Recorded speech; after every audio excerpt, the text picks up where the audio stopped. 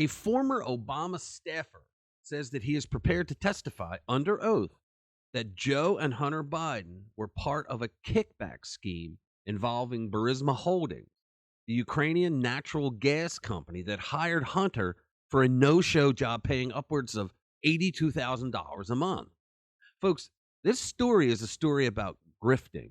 It's about using taxpayer dollars, yours and mine, to set up a scenario that would enrich the Biden crime family. And a man who heard it all, captured it all in an official Obama administration transcript, is ready to testify about it. And he'd better hire a food taster. But let's get into it. Hey, everyone. Welcome back. So Mike McCormick was a stenographer for the White House for 15 years. McCormick was on Air Force Two with then Vice President Joe Biden and Jake Sullivan. This was on April 21st, 2014. Hunter Biden joined the Burisma board 3 days earlier, but they did not announce that until May 12th. It was odd that they waited that long. According to the information that McCormick overheard, Hunter was made a board member, and 3 days later, Joe Biden went to Ukraine and supplied them with knowledge on how to frack for gas, which benefited Burisma Holdings. Do you remember that controversy that Biden went through during the 2020 campaign when he said that he was not against fracking, and the entire world reminded him that he said ad nauseum that he was going to end fracking and that under his administration there would be no new oil drilling? You remember that? Well, he was all for fracking inside Ukraine because it eventually benefited the Biden crime family with millions of dollars. Now, on the plane, Sullivan talked to reporters, and he told them that the United States was going to aid them in producing more natural gas. Folks, don't forget that Jake Sullivan is right now the national security advisor for the United States, and he was in on this grift. So to recap, Joe Biden, as vice president, used taxpayer dollars, yours and mine, to help Ukraine learn and set up to do fracking to get natural gas. The American taxpayer dollars, in turn, benefited Burisma Holdings, which then benefited the Biden crime family by money laundering $82,000 a month for a no-show job for Hunter, who knew nothing about the gas industry, nothing about the energy sector, and he didn't even speak Ukrainian. The official White House transcript, of which I will put down in the description below so you can read it for yourself, noted that a senior administration official informed the press that the U.S. government would provide Ukraine with technology that would be required to extract unconventional gas resource. Okay, so McCormick said, quote, "I'm sitting back there with the tape recorder. Jake Sullivan comes back and somebody asks about fracking. His answer is, well, we're bringing a lot of American assistance over for fracking. Burisma was the direct beneficiary of that fracking, and that's what I recorded, and that's in a White House transcript." So they can't lie about it, folks.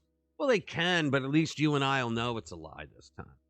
In the transcript, he continued, you don't know who Jake Sullivan is. It's a senior administration official. I'm the witness that says Jake Sullivan is the guy who said it, and he should be investigated because at the same time Hunter Biden was on the board of Burisma, and Joe Biden is bringing American taxpayer money to enrich that company and himself and his family. McCormick told the Daily Mail, quote, "Now that I've looked in Hunter Biden's laptop, I realized that Sullivan was telling the press, we're going to be helping Ukraine's fracking industry. Burisma Holdings was one of the only companies licensed to do fracking in Ukraine, and Joe Biden would have known that." The Daily Mail reported this month, according to energy industry publication KeyFactsEnergy.com, it began using hydraulic fracturing, known as fracking, in 2016, and by May 2019 used the technology in 10% of its wells.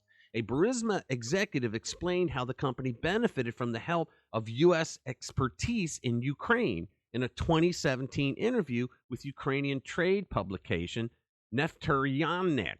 I hope I didn't murder that name. McCormick said that he had notified the FBI of the allegations and is willing to testify under oath before a federal grand jury investigating Hunter in Delaware. Quote, "In February, I went to the FBI and filed one of their tips on their website. If you do that and you're lying to them, you go to jail. I'm not lying. I'm telling the truth, and I'm not going to jail, McCormick proclaimed. Joe Biden is a criminal. He was conducting malfeasance in office to enrich his family. Jake Sullivan is a conspirator in that.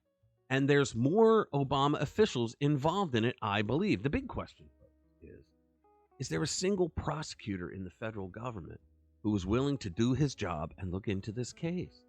I wouldn't count on the FBI doing anything because it's a Democrat that these allegations are dealing with. Remember, Joe Biden repeatedly said that he never discussed his son's overseas business dealings or that he ever financially benefited from any alleged influence peddling done by his son Hunter. Folks, since we know nothing's going to be done legally about these crimes, and they are crimes, they use taxpayer dollars to set themselves up as a kickback by purchasing the influence of Joe Biden's office as vice president. But I would settle for cosmic justice, which would just be the knowledge of everyone in the world to know that Joe Biden and his family are a bunch of sleazy criminals who abused the power afforded to Joe Biden in whatever office he was elected to. All right, so that's it. Thanks a lot. Thanks for spending time with us. If you'd like to help the channel, visit rpwmedia.com, read all of our stories, and share them with like-minded people. We'll see you in the next one.